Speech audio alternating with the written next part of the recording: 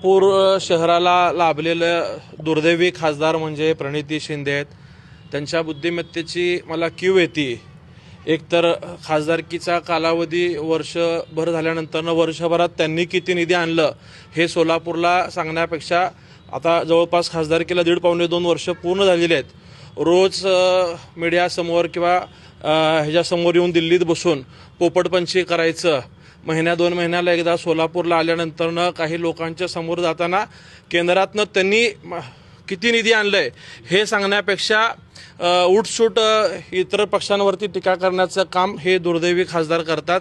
काल ग्रामीण भागात त्यांनी एक स्टेटमेंट केलं, त्याचा व्हिडिओ आज प्रसारमाध्यमांमधून आम्हाला ऐकायला मिळालं। त्यात ज्या कार्यकर्त्यांनी त्यांना महाविकास आघाडीच्या कार्यकर्त्यांनी जीवाचं रान करून त्यांच्या खासदारकीसाठी प्रयत्न केला, अशा कार्यकर्त्यांवरला वाऱ्यावर सोडून दिल्याची कबुली ते स्वतः करतायत। या ज्या निवडणुका लागलेल्या आहेत ग्रामीण भागाच्या, त्याचं मला काही घेणं देणं नाही। मी या निवडणुकीत लक्ष देत नाही आणि मी यात कुठलाही वेळ देत नाही अशी स्वतःच ते कबुली देऊन कार्यकर्त्यांच्या जखमांवरती मीठ चोळण्याचं काम हे खासदार करतात। वास्तविकता त्यांच्या वडिलांनी सोलापूर महानगरपालिका असेल किंवा सोलापुरातली सत्ता राखली होती, परंतु प्रणिती शिंदेंचा ज्या ठिकाणी राजकारणात जन्म झाला त्या ठिकाणी त्यांनी तिकडची सत्ता घालवलेली आहे।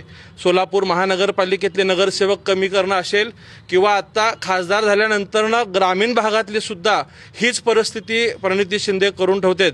एकेकाळी काँग्रेसचा बालेकिल्ला राहिलेला सोलापूर जिल्ह्यात 12 ठिकाणी स्वतःच्या पक्षाचे नगराध्यक्षही त्यांना उभा करता आलेले नाहीत, स्वतःच्या 6 तालुक्यातले नगराध्यक्षही त्यांना उभा करता आलेले नाहीत। उलट काही त्यांच्या मित्र पक्षाला उमेदवार मिळालेले आहेत, परंतु एकाही नगरपालिकेला नगर परिषदेला प्रणिती शिंदे स्वतःच्या पक्षाचा, जो काँग्रेस पक्ष देशातला सगळ्यात जुना पक्ष आहे, अशा पक्षाला सोलापूरचा खासदार असताना उमेदवार न मिळणं ही शोकांतिका आहे।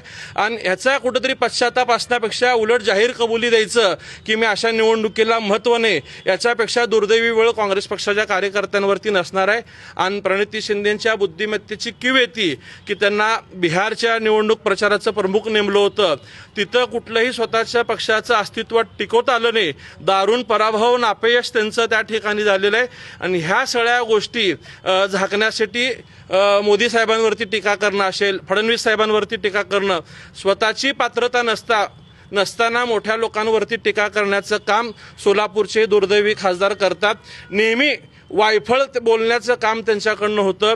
सोलापूरची विमानसेवा सुद्धा सुरू होणार नाही म्हणून त्यांनी ओपन चॅलेंज दिलं होतं। आणि भारतीय जनता पार्टीने आदरणीय देवेंद्र फडणवीस साहेबांनी आणि विशेषतः पालकमंत्री म्हणून लाभलेले जयकुमार गोरे साहेबांमुळे सोलापूरची विमानसेवा 1 वर्षभराच्या आत सुरू झाली।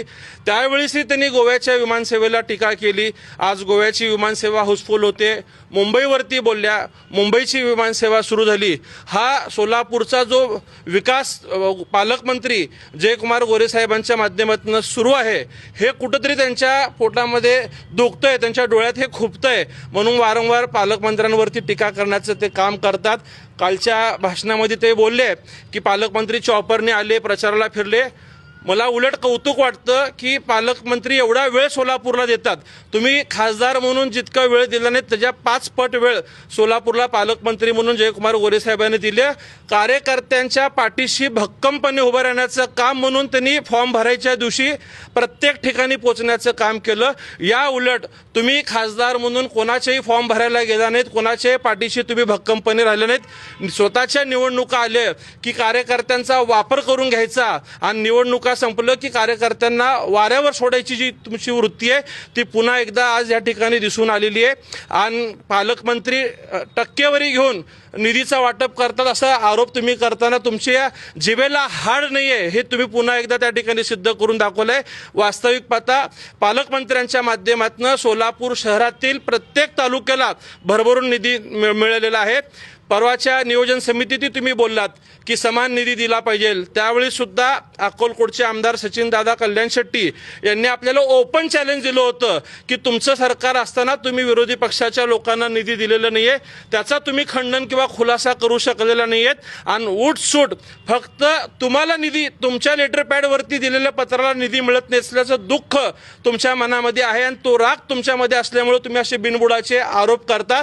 वास्तविक जर तुम्ही आकडेवारी काढून काढून बघितली तर सर्वाधिक निधी पालकमंत्र्यांच्या माध्यमातून सर्व तालुक्याला दिलेला आहे. मी तुम्हाला या माध्यमातून जाहीर चॅलेंज देतो की तुम्ही जे समान निधी म्हणता तर तुमच्या मागच्या 1 वर्षाचा खासदारकीचा निधी असेल किंवा ह्या पुढच्या 6-7 महिन्याचा निधी तुम्ही 6 तालुक्याचं प्रतिनिधित्व करता, त्या 6 तालुक्याला तुम्ही तो निधी समान प्रमाणात दिलाय का त्याचा तुम्ही पहिला खुलासा या ठिकाणी सादर करावा असं मी तुम्हाला ओपन चॅलेंज या माध्यमातून देतोय करून. आपल्या शहरातील ताज्या घडामोडी पाहण्यासाठी रणनीती टाइम्सला सबस्क्राईब करा आणि बेल बटन प्रेस करा. लाईक आणि शेअर करा.